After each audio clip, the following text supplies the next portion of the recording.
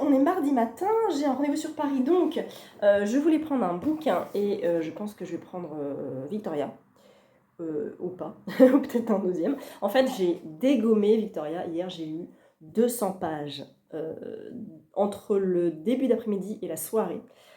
Il est trop bien, autant bien, aussi bien que Léonard de Vinci, aussi historiquement juste. C'est vraiment le point fort de ces bouquins, de cette collection, c'est que les faits sont réels. Ça tricote autour, bien sûr, c'est romancé, mais il y a plein d'endroits où il y a écrit extrait authentique du journal de Victoria. Donc c'est des phrases, c'est du mot à mot en fait, pour certaines phrases, et c'est très agréable. C'est drôle. Voilà, je recherchais le passage, je l'ai trouvé ou pas. Extrait du journal de Victoria, extrait authentique du journal de Victoria, phrase authentique du journal de Victoria. Donc c'est vraiment des faits réels. Et il y a un passage, j'ai postité, j'étais écroulée sur une page où en fait on apprend, bon, on définit un petit peu par rapport à la couverture, Victoria consulte une cartomancienne pour son avenir. Je pense que c'était vrai aussi. Et elle tire des cartes, donc elle lui explique un petit peu comment faire, tout ça. La reine s'exécuta avec nonchalance. Elle finit par arriver au bout du processus et sélectionna 3 cartes. Madame de Lune les décrivit à mi-voix. La pierre de lune, le phallus, l'abeille. Je tourne la page. Camoulox. Voilà, les vrais savent, les vrais connaissent Camoulox peut-être ou pas, mais c'est un jeu avec Cadet Olivier, bon bref, c'était un truc. Voilà, donc c'est assez drôle, franchement, et ça se lit super bien, quoi. Je suis à la page 200, ça se dévore, c'est très intéressant et ça me donne hyper envie de continuer la saga, enfin la série Victoria. J'étais arrivée, je crois, à la moitié de la saison 2, elle venait d'avoir son premier enfant, et elle était en plein postpartum, du coup, bah voilà, ça me donne très envie de continuer la série. Et j'avais lu un bouquin sur Victoria de, comment ça s'appelait ? C'était chez Hauteville, je crois. C'était bien, mais c'était sur l'enfance, enfin l'adolescence et juste avant le couronnement. Et là, on est quelques jours avant le couronnement, au début. Et on continue, elle a marié. Elle est mariée à Albert. Et elle est enceinte. Ou alors, non, on lui annonce qu'elle va avoir plein d'enfants. Et ça l'effraie, en fait. Elle a peur de la grossesse, de l'accouchement. Et je pense que c'était vrai. Et que ça devait être une des premières à s'intéresser en fait, à s'inquiéter de ça. Elle a fait un postpartum apparemment à la fin de sa première grossesse, ou de sa deuxième peut-être. Et très intéressant, vraiment j'aime beaucoup cette collection, je pense que je veux tous les lire en fait. Jeanne d'Arc, Vercingétorix et Pasteur. Je commencerai peut-être par Pasteur. Alors vu que j'en ai 2 en grand format, je pense que je continuerai en grand format, soit je les achète d'occasion, soit je les commande en grand format, ils sont à 18,90. Mais vraiment, si vous voulez un roman historique un peu romancé, drôle et très juste, et bah foncez sur cette collection, c'est passionnant.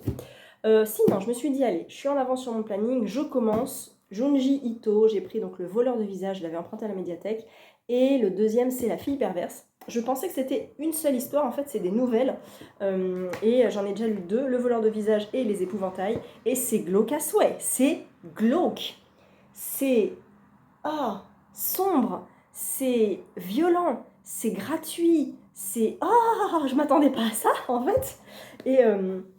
donc le voleur de visage, c'est l'histoire d'une jeune fille qui arrive dans une école et qui va être un peu accaparée par une autre élève qui lui ressemble beaucoup. Et elle lui ressemble de plus en plus en fait. Et il y a un camarade qui va lui dire écoute, méfie-toi d'elle parce qu'elle a tendance à transformer son visage en fonction des gens qu'elle côtoie. C'est une voleuse de visage un petit peu. Et ça part complètement en vrille, mais complètement. Et après, il y a une histoire d'épouvantail où un épouvantail prend les traits d'une personne morte à partir du moment où on plante l'épouvantail à côté de la tombe de la personne. C'est flippant, vraiment. C'est très original, je pensais pas lire des trucs pareils.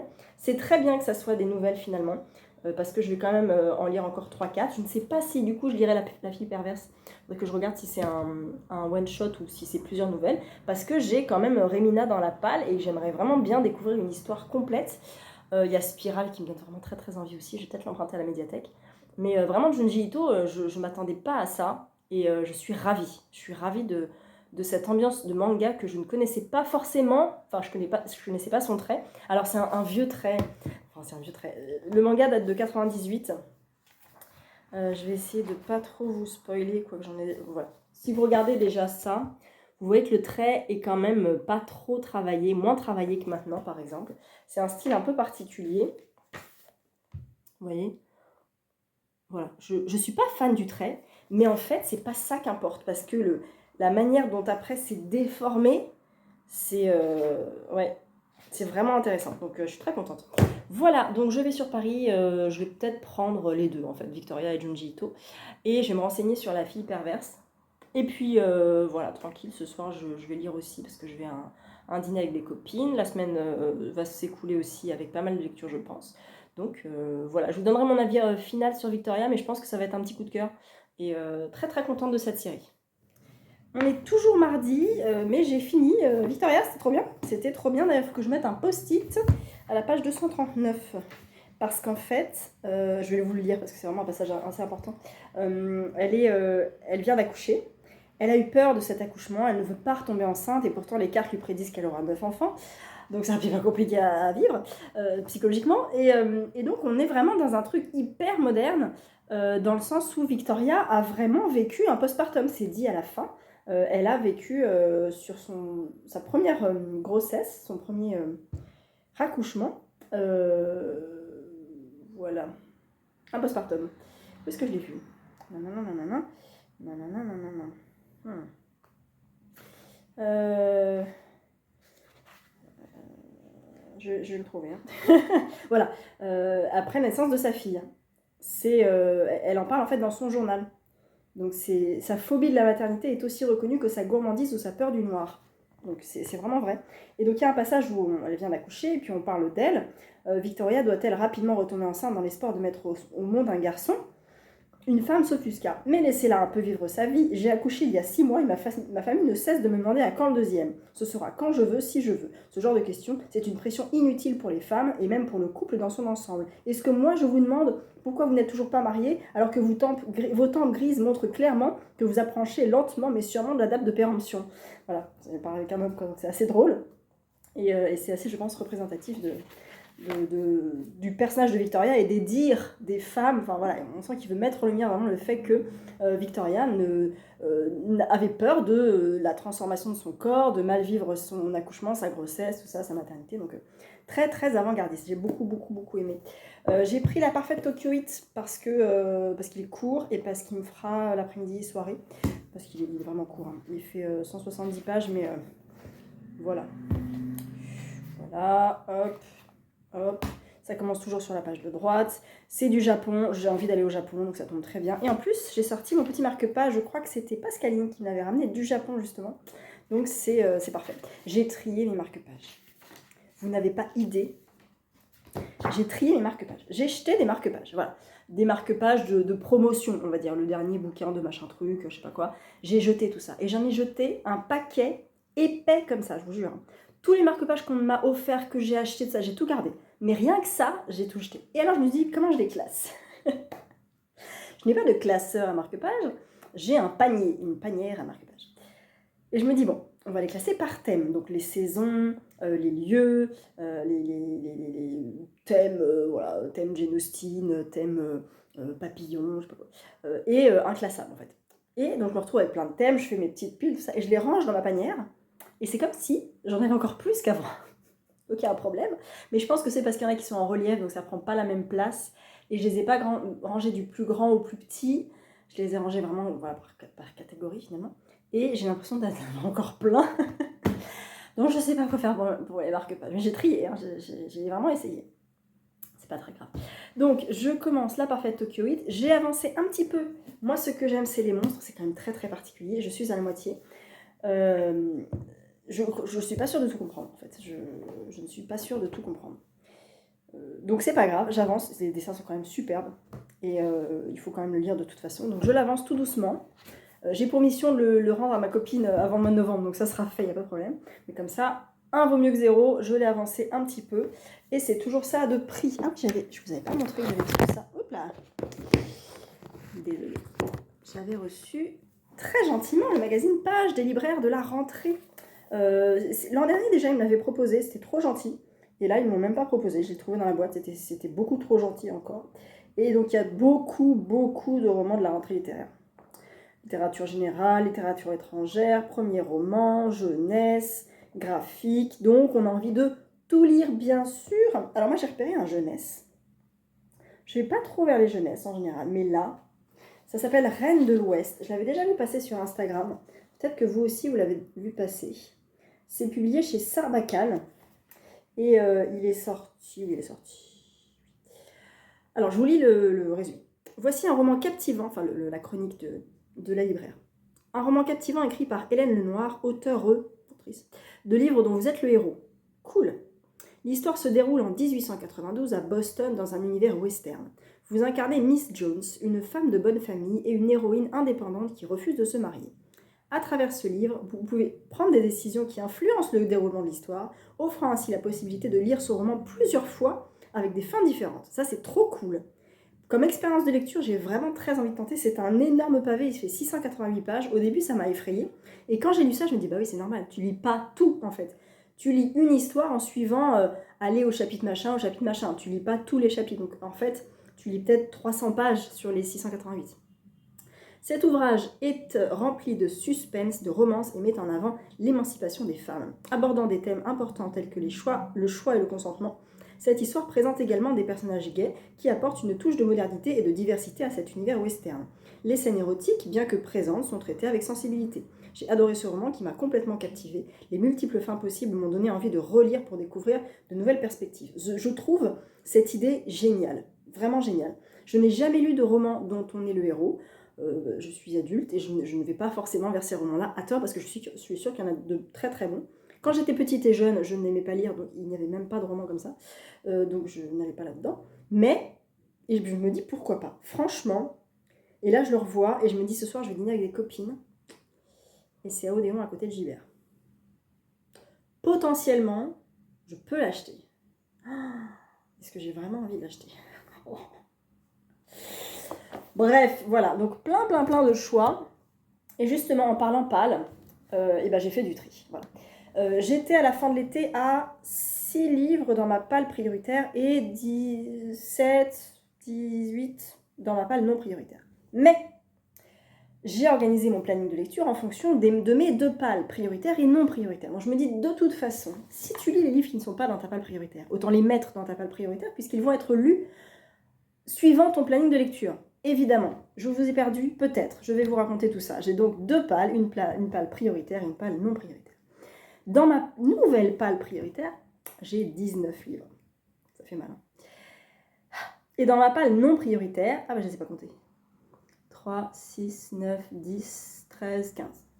15. Comment j'ai sorti tous ces bouquins? En fait, il y a des bouquins, des SP essentiellement, que j'avais mis dans la pale, je les lirais peut-être. Voilà.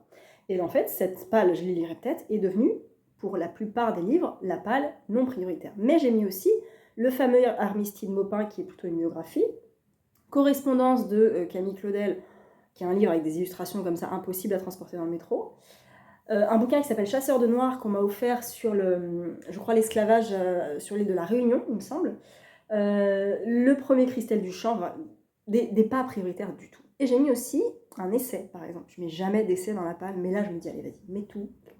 Donc j'en ai 15 dans la non prioritaire et 19 dans la prioritaire. En sachant que j'en ai 4 qui passent à l'audio. J'ai noté tous ceux qui passaient à l'audio. Donc comme ça, si je veux sortir un livre de ma pale, je sais qu'il existe à l'audio. Et hop, concrètement, je peux en sortir un en papier, un en audio. Donc 2 à la fois, et c'est parfait. Dans les SP, j'en ai 6. Et j'en ai même mis un que j'ai même pas encore reçu, à savoir le Julien Dufresne-Lamy. Et j'en ai mis, parce que j'ai commandé des livres. Oui, je sais, c'est mal, mais je soutiens la librairie Majo, qui a de grosses difficultés financières en ce moment. Donc je leur ai passé une petite commande avec 2 livres et un manga. Et j'ai intégré donc ces 2 livres là-dedans. Je ne les ai pas encore reçus, mais c'est pas grave, au moins ils sont là. Et puis les autres, c'est des cadeaux. C'est tous ceux que j'ai, une grosse partie de ceux que j'ai reçus cet été finalement, et pour mon anniversaire. Puisque La Parfaite Tokyo Hit anniversaire, Les Mystères de Fleet House anniversaire, Le Bureau des éclaircissements anniversaire, Les Filles de l'ouragan anniversaire, La Vallée Arc-en-Ciel anniversaire, Colère d'Izanagi anniversaire, Le Grand Magasin des Rêves anniversaire, Le Chant d'Achille, c'était une de mes élèves qui m'a offert ça pour la fin de l'année, et Le Premier Jour du Printemps. J'en ai 9 sur les 19 qui m'ont été offerts entre mon anniversaire et début juillet, pour mon anniversaire. Donc concrètement, ça va. La nana qui essaie absolument de se crédibiliser, bref. Voilà, donc vous savez tout. J'en ai 19 dans ma palle. Mon but pour 2024, c'était d'avoir une palle à 0 et une palle non prioritaire à 10, je crois. Si j'en ai 19 dans ma palle et que j'en lis une dizaine par mois, ce qui est relativement possible, ça veut dire qu'il m'en reste 40 à lire avant la fin de l'année à peu près. Ah, on va dire 30, on va dire on sait jamais 30. 30 livres, j'en ai 19 dans ma palle, a priori ça va. Mais je vais à Nancy. Alors à Nancy, j'ai pas prévu une grosse liste de livres à acheter. Je vais y arriver. À acheter, concrètement, j'en ai 2, peut-être 3. Ça va. Donc tous les autres, c'est des bouquins que j'amène pour faire dédicacer. Donc en vrai, ça va. Mais sinon, voilà, au niveau de la palle, je pense que c'est complètement possible si je fais pas trop de folie. Donc Reine de l'Ouest fait partie des folies. En même temps, je me dis, il sera toujours là dans 6 mois. Il sera peut-être même moins cher dans 6 mois. Donc voilà, à voir. Mais en tout cas, voilà, c'est ma nouvelle palle, 19, et j'ai envie de tout lire. Ça, c'est trop bien. Je pourrais prendre n'importe lequel aujourd'hui, je serais ravie de le lire. Ça, c'est un plaisir, c'est génial, donc j'adore ça. Voilà, je vous laisse là, je vais bouquiner un petit peu. J'ai laissé tomber Le voleur de visage, parce que... non, j'ai laissé mon marque-page. Parce que... voilà. Mais je l'avancerai, La Déferlante aussi, il faut que je les lise. J'ai d'autres mangas à lire. J'essaie de m'organiser au mieux, mais des fois c'est super dur. Donc voilà, je vais lire un petit peu et je vous reprends. Alors on est encore et toujours mardi, mais j'ai terminé La Parfaite Tokyoïte. Je l'ai lu presque d'une traite. J'ai mis des post-it. C'est un voyage au Japon, un voyage à Tokyo. Pour ceux qui connaissent Tokyo, ça va être hyper nostalgique. Il y a écrit « Avertissement, ce livre peut vous plonger dans un état de rêverie profonde. » Totalement. On est trop bien avec ce bouquin. On est trop bien avec June. On visite Tokyo, elle va dans plein de quartiers différents, elle va dans des cafés, dans des restaurants, dans des boutiques, elle nous fait vivre vraiment Tokyo. Elle mange plein de trucs, elle boit plein de trucs, on est avec elle et c'est hyper plaisant. Si vous connaissez pas le Japon, si vous connaissez pas Tokyo, ça va vous donner fortement envie d'y aller. Si vous connaissez Tokyo et le Japon, ça va vous donner fortement envie d'y retourner. Et c'est plaisant, c'est hyper plaisant, c'est un coup de cœur, c'est un bonbon. J'ai adoré, je crois que c'est mon préféré de la collection. Parce que vraiment, c'est que du plaisir de lecture, c'est génial, génial. Donc voilà, je suis totalement fan, je n'ai pas d'autre mot que de vous dire que c'est un coup de cœur, je suis trop contente. Voilà, et bah dis donc, j'ai fini 2 livres dans la journée. Je vais, comme j'ai vraiment de l'avance, je vais quand même avancer Les Éclats de Bret Easton Ellis. Je vais le prendre ce soir pour le trajet. C'est à Odéon, donc j'ai le temps. Enfin, j'ai un peu plus d'une demi-heure de transport. Donc je vais pouvoir lire et avancer quand même le Bret Easton Ellis parce qu'il est quand même temps que je le finisse. Même si je pense que je le finirai en audio. Mais comme ça, au moins je l'avance un peu. Il me reste 300 pages, je crois. C'est pas énorme non plus, mais bon, faut quand même l'avancer. Donc voilà. Et nous, on ne fait pas ça du tout. On écrit tout ensemble. En fait, au départ, on travaille avec un plan. Donc déjà, on élabore le plan ensemble. C'est-à-dire qu'en gros, on discute toute la journée. On donne nos idées, les idées qui nous semblent les plus intéressantes, on les note. Et puis après, on les met dans l'ordre qui nous semble le plus logique possible, de façon à arriver effectivement à un plan qui se tient. Alors là, c'est très court, mais en fait, ça nous a pris 8 mois, je crois, pour Unicode. Et donc, quand on se met vraiment devant l'ordinateur pour écrire, on est côte à côte. Ludovic est au clavier parce qu'il tape beaucoup plus vite que moi. Et pareil, on continue. Encore en train d'écrire. Comme chercher des trucs, bon, c'est affreux. Et du coup, on discute, on sait quelle scène on doit écrire, puisqu'on a un plan assez précis. Et il y en a un qui propose une phrase, et puis ben voilà, on discute de cette phrase, l'autre rebondit. Et en fait, il y a une espèce de ping-pong verbal qui se fait entre nous, et quand on a tous les deux la phrase qui nous plaît, il la tape. Donc tout est vraiment écrit à deux. Et à voix. Il a longtemps voulu vivre dans un manoir, donc il n'a pas le manoir, mais il a les meubles. Il y a plein de meubles de Lucille qui sont en fait à moi. Donc je me suis fait un petit peu plaisir en mettant des choses que j'ai ou que j'aime. Pour être un livre, du tableau. Des tableaux, des meubles. Pour être un livre illustré avec des photos. Quasiment, oui. Oui. Et c'est drôle parce que c'est quelqu'un au cours d'une rencontre, on choisit donc des physiques pour nos personnages. Et c'est souvent, évidemment, pour nous, c'est évident, des acteurs, des actrices. Et c'est drôle qu'effectivement, dans notre premier métier, on fait parler en français des acteurs, et là, on s'appuie encore sur des acteurs pour leur inventer les mots qu'on veut leur faire dire. Mais c'est vrai que ça nous aide, ça nous aide beaucoup d'avoir un physique. Mais si on vous dit qui on a choisi, ça ne va pas correspondre à ce que non, je pense que chacun joue à la propre idée du personnage et de ce à quoi il ressemble. Il ne faut surtout pas le dire pour ceux qui n'ont pas lu, parce qu'après on visualise. Oui, c'est ça aussi, ouais, c'est vrai. C'est ça. Et maintenant, je reste un petit peu sur le manoir. J'ai une critique, je n'ai pas le pseudo de du lecteur ou de la lectrice, mais je me suis totalement laissé emporter par Winnicott Hall. Personnage à part entière et témoin des événements passés. Le manoir est le lien entre le passé et le présent. Que s'est-il passé entre ces murs? Je vous invite à lire le roman. Sur le travail autour de ce manoir, donc il y a des photos. Il y avait l'idée, comme le dit la lectrice, d'en faire un vrai personnage à part entière, qui est son passé, qui est son. Voilà, il travaillait comme un personnage, écrit comme un personnage. Je suis pas sûr qu'on. Ça, c'est venu au fur et à mesure de l'écriture. On s'est rendu compte que oui, ça devenait quasiment un personnage, qu'il y avait une espèce de mémoire du mur. Ça m'a fait penser après coup un petit peu au livre de Clara Condamino, Ah oui, c'est les murs. C'est les murs qui racontent l'histoire. Voilà, on aurait presque pu faire ça. Mais c'était déjà fait. C'était déjà fait.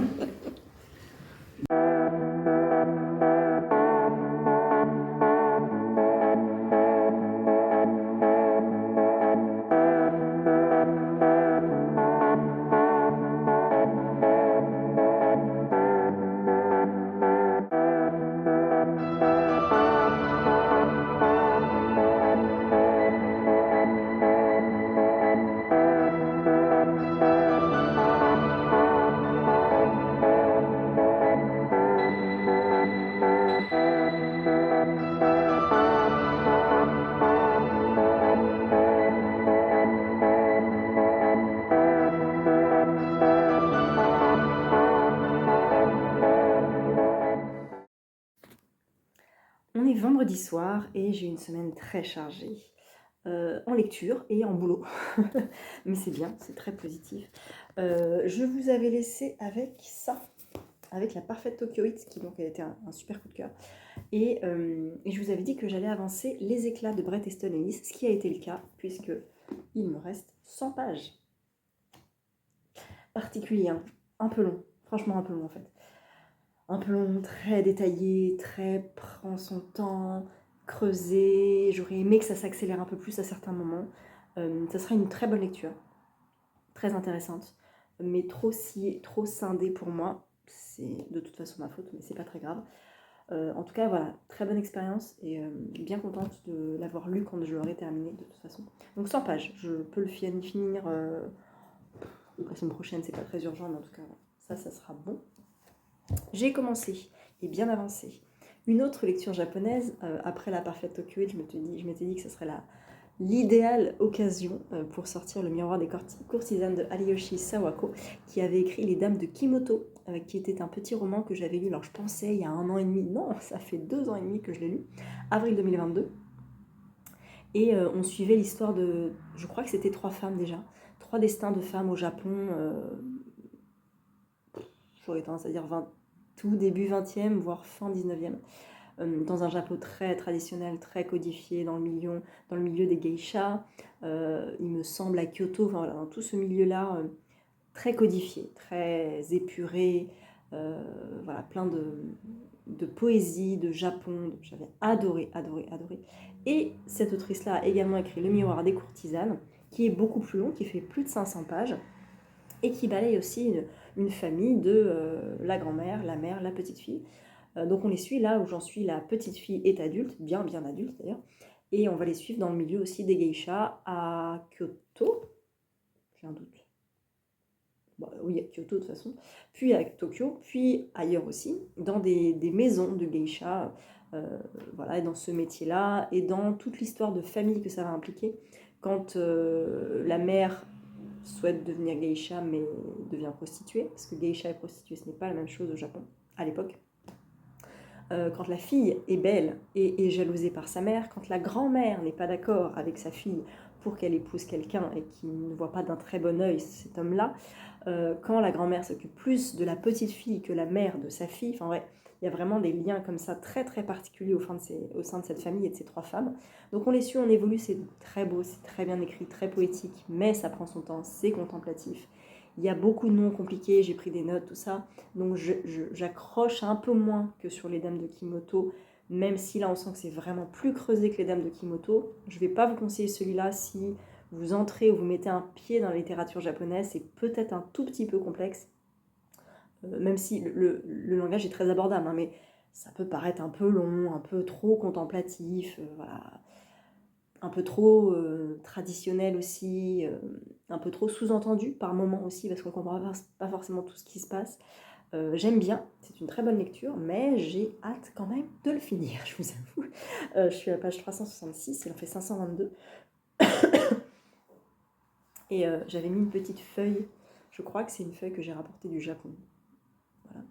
Le symbole, moi je suis très symbole, et j'avais fait tamponner, je ne sais plus si je voulais vous montrer. Dans toutes les gares japonaises, il y a des tampons dans le métro.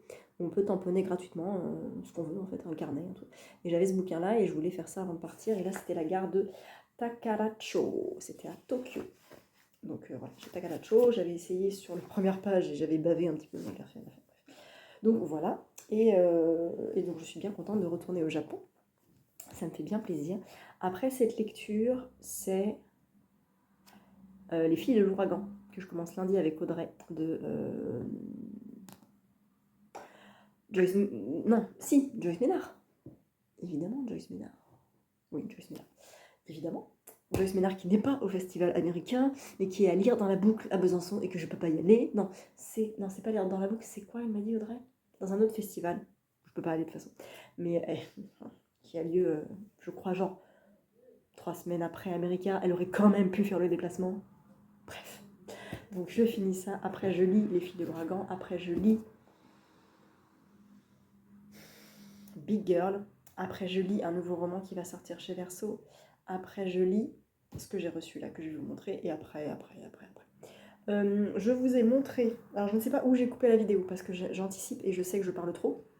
Donc, il y a 2 vidéos. Donc là, on est dans la 2e vidéo. Et je ne sais pas si vous avez vu les images de Manchette et Niemiec ou si vous les avez vues maintenant au début de la vidéo. Mais j'ai donc assisté à la sortie officielle, on va dire, rencontre Babelio, du livre de Manchette et Niemiec, À l'ombre de Winnicott, qui avait été un coup de cœur. Maintenant que j'y repense, ça avait été un coup de cœur. Ce n'est pas un coup de foudre parce que, pour en avoir parlé avec eux, j'avais eu un ressenti moins personnel. Ça m'avait moins touché personnellement que certaines scènes de Alabama ou America ou certains sujets peut-être. Malgré tout, c'est un excellent roman d'ambiance, de complicité, d'amitié, de vie, de vision de la vie, de vie après la mort, de questionnement sur l'esprit, sur les esprits, sur l'enfance, sur le ressenti d'un enfant vis-à-vis d'un adulte, sur les préjugés qu'on peut avoir vis-à-vis de certaines personnes, sur l'ambiance manoir. Alors je vais citer Downton Abbey, en fait non, oubliez Downton Abbey. Pousser la porte de Winnicott, qui est un manoir avec son histoire, avec ses secrets, avec ses ambiances, avec ses personnes qui l'habitent, vivantes ou pas. Et rencontrer Viviane et Georges, un petit garçon, Georges, qui est aveugle et qui va avoir comme préceptrice Viviane, hein, c'est pas Vinciane, c'est Viviane. J'ai un doute. Viviane Lombard, tout à fait. Et donc Georges, c'est un roman, comme je leur ai dit, auquel je repense. Je l'ai lu début juillet, hein, bien avant qu'il sorte. Et je leur en ai parlé régulièrement. Tout au long de ma lecture, je leur commentais plein de trucs et tout. Et c'était très agréable de discuter avec eux. C'est des auteurs très accessibles et adorables. Et en discutant avec eux, j'ai appris certaines choses par rapport à leurs influences d'écriture sur ce roman-là. Et à la fin du roman, j'ai expliqué que voilà, j'avais eu moins de ressenti personnel. Et en fait, ce roman-là, je l'ai lu il y a 2 mois et j'y pense encore. Quand j'y repense, je vois des images, je me projette dans Winnicott, je me projette sur une terrasse avec le soleil qui se couche doucement. Enfin, j'ai des images comme ça, beaucoup d'images qui me restent beaucoup plus ancrées profondément qu'un livre que j'ai lu et qui m'a plu, mais pour lequel je n'avais pas forcément d'image. Et là, vraiment, Winnicott, ça m'habite encore, et ce manoir m'habite, et j'ai envie encore de retrouver cette influence-là. Et c'était trop bien, c'était génial. Donc ils ont très bien parlé, je vous ai mis quelques extraits de l'interview. C'est des auteurs qui sont vraiment couteau suisse, quoi. Ils ont fait beaucoup de choses et ça les a énormément nourris et enrichis. Ils ont fait de la traduction, du scénario, du cinéma, enfin beaucoup de choses, et du coup dans le milieu du cinéma. Et donc ils ont vu ce qui fonctionne, ils ont vu ce qui ne fonctionne pas aussi. Ils ont vu des coulisses, ils ont vu des liens avec l'écriture, ils ont travaillé ensemble en binôme. Donc c'est très drôle parce qu'ils sont complètement soudés, entre guillemets, au niveau de l'amitié qu'ils ont et du travail qu'ils peuvent faire ensemble, parce que quand il y en a un qui commence une phrase et l'autre finit, ils savent répondre aux questions des uns et des autres. Enfin voilà, c'est hyper connecté, quoi, et ça se ressent totalement dans l'écriture. On ne sent pas que c'est un roman à quatre mains. C'est un roman qui a été écrit dans sa globalité par deux personnes, certes, mais on ne saurait pas dire s'il y en a un qui a écrit un chapitre, l'autre un autre chapitre. Il n'y a pas de différence. C'est hyper cohérent, en fait. Et vraiment, si vous n'avez jamais lu ces auteurs, je ne peux pas vous conseiller. Alors, mon premier coup de foudre, ça a été Alabama. Après, ça a été America, et là, c'est un coup de cœur. Mais les trois histoires sont tellement différentes que vraiment, si vous voulez partir en road trip, lisez America. Si vous voulez partir dans une histoire de ségrégation improbable et hyper humaine, allez vers Alabama. Si vous voulez partir dans un roman d'ambiance dans les années 30, en Angleterre, avec un manoir et un duo génial, partez à Winnicott. Mais vraiment, lisez-les, et lisez, si vous pouvez, les trois, et vous verrez qu'ils ne cessent de se renouveler, ils ne cessent de reconstruire des histoires, comme ils disent, qu'on n'a pas encore vues, et que eux voulaient mettre en mots et en lumière. Et c'est très juste ce qu'ils disent, parce que on voit totalement que c'est des choses qui n'ont peut-être pas été faites de cette manière-là, et du coup le fait de les voir de cette manière-là nous fait nous donner un autre regard sur l'histoire du petit garçon aveugle et de sa préceptrice. C'est peut-être des bribes qu'on a vues, ah tiens, dans certains romans, oui, il y a un personnage un peu comme ça, mais en fait ce duo n'a pas existé peut-être dans ce manoir à cette époque, avec ces histoires. Et c'est du renouveau, et c'est génial. Voilà, c'est génial. Je ne sais pas comment le vendre plus. Je ne suis pas du tout payée pour en parler. Je l'ai eu certes gratuitement. Je remercie la maison d'édition et Babelio et Cherche Midi et les auteurs, voilà. Mais vous le savez, je suis toujours sincère dans ce que je dis. Et là, je suis vraiment sincère avec vous. Ce sont deux auteurs fabuleux, vraiment fabuleux. Et je suis ravie de les avoir suivis depuis le tout premier roman, depuis la toute première sortie, et de pouvoir communiquer avec eux, et de les voir en salon, et de pouvoir discuter librement avec eux sur plein de choses. Ils sont très enrichissants, très intéressants, et c'est génial. Lisez Winnicott. Voilà. Je me rends compte que j'avais filmé des chroniques de la rentrée littéraire, notamment Winnicott, notamment Tombé du ciel aussi, et je ne les ai pas postées, j'ai complètement oublié. Donc ça n'a plus lieu d'être. C'est pas très grave, vous avez mes avis sur Instagram, vous savez que Tombé du ciel a été un immense coup de foudre. Célèbre, j'ai énormément aimé aussi. Les hommes manquent de courage, j'ai beaucoup aimé aussi. Winnicott, je viens de vous en parler. Donc voilà, ça c'était ma rentrée littéraire, et je ne mettrai pas du coup en ligne ces chroniques, il n'y a plus de raison. Donc voilà pour la rentrée littéraire. Ensuite, j'ai reçu le nouveau, on voit pas du tout là, on dirait un truc jaune, le nouveau Julien Dufresne, l'ami de moi chez Andrea. Cette couverture est très belle, elle est très sobre, en même temps je la trouve hyper dans le mouvement, hyper artistique. J'aime beaucoup. Il est sorti le 29 août, il me semble. Absolument. Il fait 300 pages, il est au prix de 15,95 €. C'est un grand format, mais parce qu'on est dans du jeunesse, c'est moins cher. Pourquoi ? Ça vaut pas moins qu'un roman adulte, bref. Donc là, on est en 98. Parce que sa mère est malade, Aurélien passe l'été à Saint-Malo chez son oncle Andrea. En parcourant cette ville qu'il ne connaît pas, il rencontre William, un jeune Anglais aussi beau qu'inquiétant. Avec lui, il découvrira un sentiment nouveau qui le marquera à jamais. Donc ça s'appelle « À la poursuite du sentiment de l'été », en petite phrase comme ça. Et j'aurais aimé le lire avant, mais la maison d'édition n'a pas pu nous les envoyer avant. J'aurais aimé lire cet été, clairement, en vacances en fait, avec le soleil, avec la chaleur, tout ça. Je pense que ça aurait été totalement dans le mood, mais c'est pas très grave. Donc je le commence dans une semaine, je crois, 10 jours. Et voilà, il fait 300 pages. Je fais complètement confiance à Julien. Tout ce qu'il fait, jeunesse, adulte, tout. J'y vais comme ça, tout droit, je réfléchis pas, je lis. Et j'aime en général. Ça fonctionne très très bien sur moi. Donc voilà, de moi chez Andrea, de Julien Dufresne l'ami. Voilà, je vais m'arrêter là pour aujourd'hui. Si j'ai le temps, je filme demain. Demain, je vais voir encore les Paralympiques. Ah oui, je vous ai pas dit que j'ai vu les Paralympiques. Avec Ludivine, lecture du chapitre. On est allé voir du goalball et du paratennis de table. C'était génial. C'était hyper intéressant. Le goalball, c'est en fait un match foot, mais pas foot. En fait, le but, c'est de marquer un but. Il y a 2 équipes de 3. C'est un match spécial, enfin c'est pas un match, c'est une discipline qui n'existe que pour les Paralympiques, puisque c'est des gens qui sont malvoyants ou non-voyants. Ils ont donc un masque en fait devant les yeux, et ils se repèrent avec un ballon à grelots.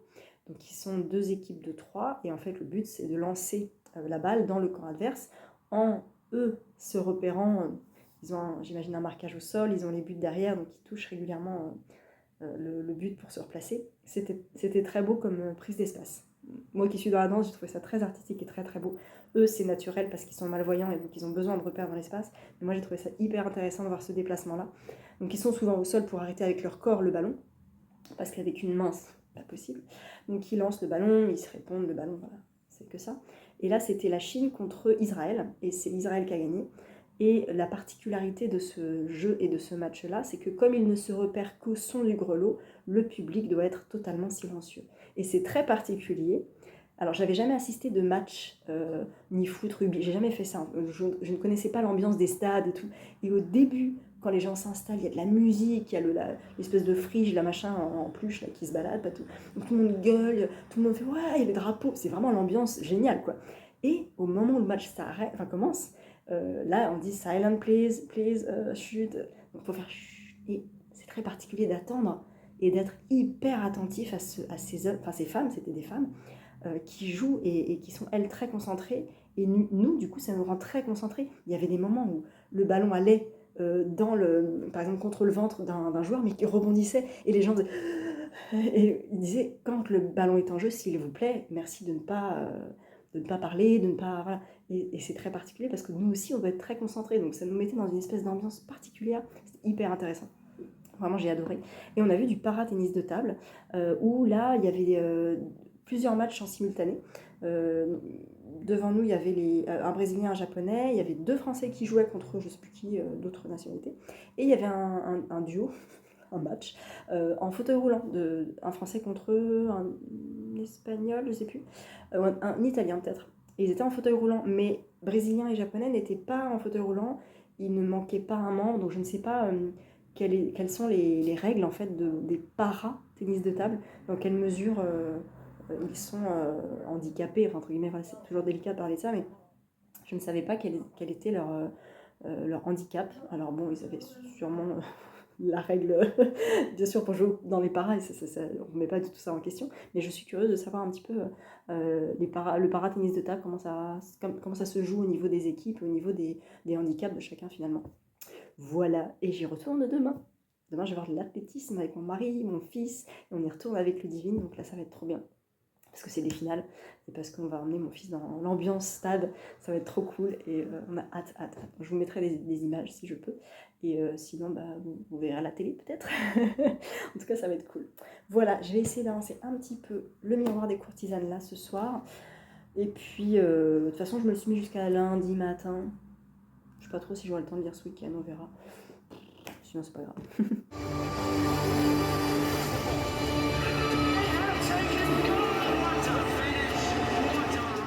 On est samedi après-midi, je viens conclure cette semaine de vlog, j'espère qu'elle vous a plu. Double semaine, puisque vous avez eu 2 vlogs, hein, je sais que je l'ai scindé en 2, donc ça c'est la deuxième partie. Ce matin je suis allée au JO, au JPL, PO, paralympique. C'était très très très chouette, c'était une super ambiance. Mon fils a beaucoup aimé, il voulait pas partir. Et on avait plein de finales, hommes, femmes, lancer de javelot, lancer de de pierre, non, lancer de poids. Saut en longueur aussi, on était juste devant le saut en longueur, c'était très impressionnant. Et on a vu des podiums, on a entendu plein d'hymnes, c'était top, vraiment top, top, top, top. Et on était hyper bien placés, franchement, en visibilité réduite. Je ne sais pas ce que c'est que la visibilité réduite, parce qu'à part la barre qu'il y avait devant nous, clairement, c'était royal, quoi. C'était super chouette. Voilà, j'ai pas fini leur miroir des courtisanes, il me reste un peu plus de 100 pages. 100... Ah oui, c'est un peu plus quand même. 130, donc 150 pages. Il me reste 150 pages, je vais essayer de l'avancer là. J'essaierai de l'avancer un petit peu demain, et sinon je le finirai lundi. Donc je vous donnerai mon avis final lundi. Je vous avoue que j'ai hâte de passer quand même à autre chose, même si c'est intéressant. Je vous en ai déjà un petit peu parlé hier. Mais voilà, ça sera chouette de terminer ça et d'en avoir lu un deuxième de cette autrice. Donc je suis bien contente. Voilà, dites-moi ce que vous lisez actuellement, ce que vous avez lu récemment. Est-ce que vous avez fait des achats? Est-ce que, je sais pas, est-ce que vous avez fait des rencontres? Est-ce que vous prévoyez des rencontres d'auteurs prochainement? Est-ce que vous allez à Nancy par hasard? Peut-être qu'on se croisera le samedi. N'hésitez pas à me faire des coucous si vous me voyez. Et je vous dis à la semaine prochaine dans un nouveau vlog. À bientôt!